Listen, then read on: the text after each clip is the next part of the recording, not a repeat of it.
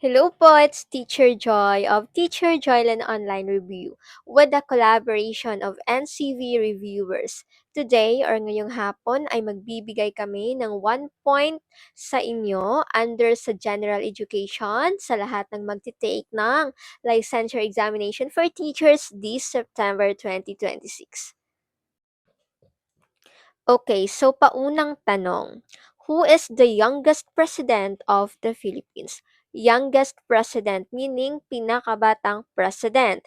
A. Jose P. Laurel, B. Sergio Osmeña, C. Emilio Aguinaldo, D. Diosdado Macapagal.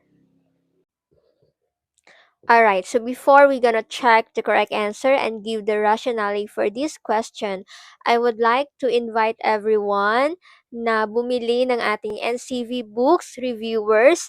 Available po ito sa lahat ng national bookstores nationwide, sa lahat ng Pandayan bookstores, and of course, meron na din tayo sa Shopee or online dito po sa Libruhan na page. So, meron po silang available na books or reviewers for licensure examination for teachers, ang lahat ng magte-take ng LET, ito po yung books na ginamit ko to pass.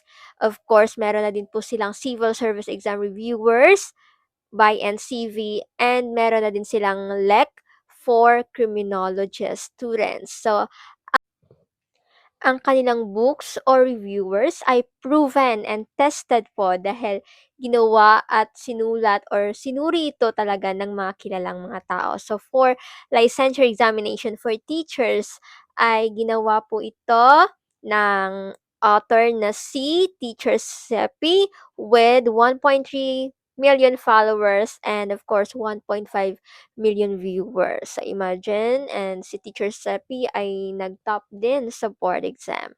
Sa kanilang CSE books naman, for professional and sub-professional, authored by Miss Riza Teaching Math with 500k followers, with 3.6 million viewers, and of course, Ma'am Lenore Marcel.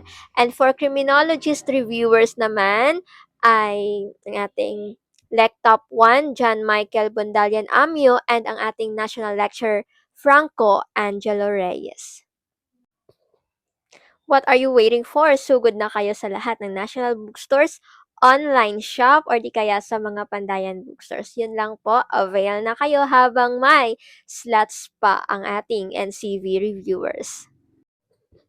Okay, so go back sa ating question kanina, ang ating pinakabatang presidente ay si Emilio Aguinaldo. General Emilio Aguinaldo is officially recognized as the first and the youngest president of the Philippines.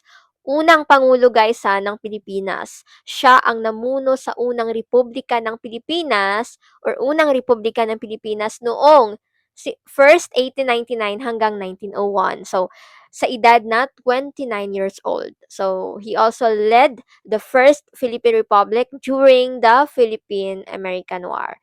Pinakabatang presidente again, Emilio Aguinaldo. Tandaan niyo to guys kasi lumalabas ito sa ating board exam questions. So, pag-usapan na lang natin si Jose P. Laurel. Si Jose P. Laurel po ay ang ating ikatlong pangulo sa edad na 52 years old. So, pinamunuan niya yung puppet government. So, kung alam niyo po yun, no?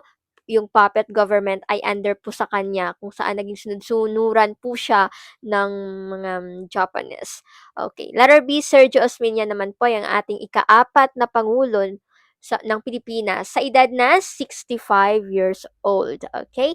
And of course, si Diosdado Macapagal naman po yung ating ika-9 na president here in the Philippines sa edad na 51 years old. Of course, siya po ay ama ni President Gloria Macapagal Arroyo, no, na naging ika-14 na president din natin before. So again, ang ating tamang sagot ay si Emilio Aguinaldo.